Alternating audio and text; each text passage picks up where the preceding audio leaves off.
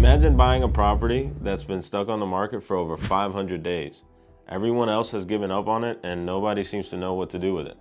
But I saw an opportunity to build my dream house. Sounds easy enough, right? Wrong. What if I told you that one lawyer could destroy this entire deal and we're racing against the clock just to save it? If this deal falls through, I'll lose thousands of dollars and months of work. Now, let's start with why I chose this property. So everyone has passed on this deal. When you typically see a property on the market for that long, is that it doesn't make sense for somebody, or for most people, to say the least. Maybe they just didn't see the potential, or they thought it was just too much of a headache. But I saw something different. I saw it not so much in a developer that's gonna build a spec house way, but as in I get to build my future home. This one's important to me because as a 26-year-old general contractor, I've flipped homes for others, I built homes, but this is pretty much the first time that I'm building a home not to sell or for a spec, but for myself. So it's more than just a house. It's a dream come true. It's a place where I get to see my kids in the future, you know, where I see me raising them and starting my family.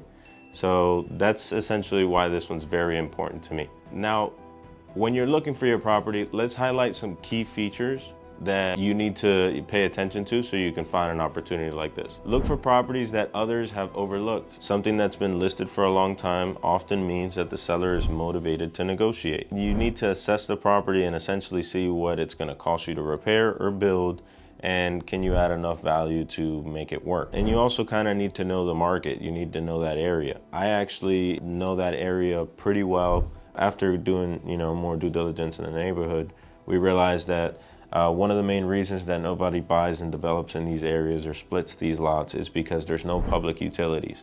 And we're very far away, thousands of feet away from the nearest connections, costing, you know, tremendous amount of money to get that up to the current standards. Knowing that, I realized no developer or investor is going to buy this. And whoever is buying this for a personal home, there's nothing on it, and a lot of them don't go into a build like that. So I realized that this is going to take a very unique buyer. And that's when I felt I had to take a chance. You know, I felt like it was my opportunity to be able to go ahead and submit them an offer that I feel like could work for both parties. And so the three things that you need to keep in touch is that you need to really know why this property's been sitting on the market, what it's going to cost to do something with it, and if you can provide value by knowing the market trends. I went on the market, I started analyzing and running numbers, looked back and forth, and I just saw that the property had an untapped potential with very few comps, meaning that most developers were going to find it too risky to get into.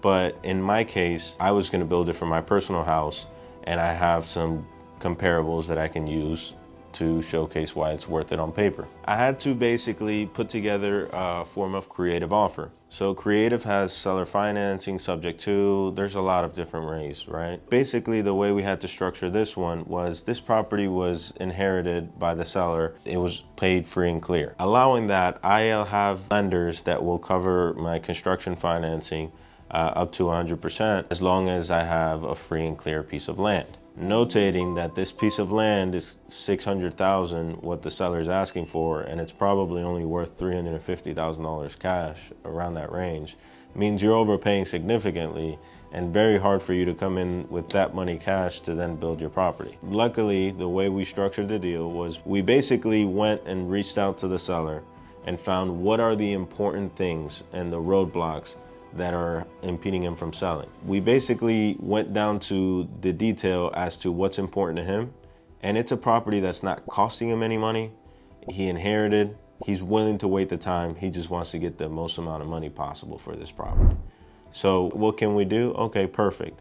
Let's structure a deal. Well, I'll give you full asking price, and we structured a small down payment of about $40,000 and interest rate of 4% over the time being.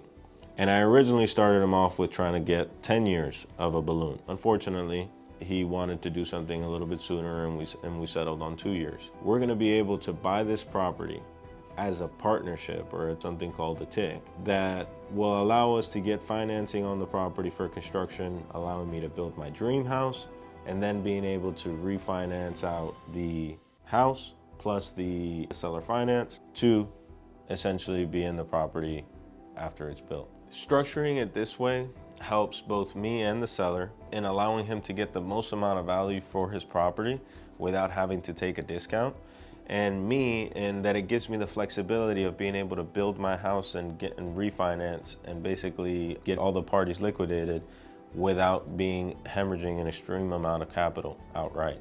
So this is a very creative way that allowed us both to get what we're looking for and this centerpiece of land. I believe it benefits the seller tremendously because I would see him sitting on the market for a few more years, or maybe even taking a hefty six-figure pay cut off that top to get what he wanted. I knew that it just had to be creative to make the deal work. You know, let me know in the comments if you guys think it'll work. Right now, we have a very unexpected roadblock.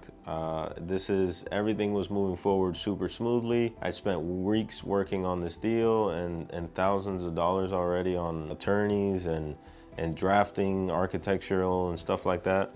But the seller insisted in having an attorney on their side look over all the documentation. So after 2 weeks of trying to reach out to this attorney to let her look over all the documentation for everything to go smoothly, we've had countless meetings, both us with the seller and our attorneys and everything, and we all seem to be along the same page. But now comes this new attorney that is drawing the line and basically creating some frustration as to how we need to structure this. They want to do it a more traditional method, and they didn't like the deal structure. They said it was too risky, too unusual, and the changes could derail everything. So little does she know, this is not a very traditional method of doing things. This is not the first time being done, but it's not traditional. You know, at this point, the clock is ticking, and every day that it drags along, I'm losing time and money. Right now, we're in limbo. The seller's attorney is holding up the deal, and we have no idea if we can resolve this. If they don't approve this structure, everything falls apart. This deal has been one of the most intense of my career. What do you think? Should I keep fighting for it or walk away? Let me know in the comments. If you want to see how this turns out, make sure that you hit that subscribe button and turn on the notifications. You don't want to miss the next update. Peace.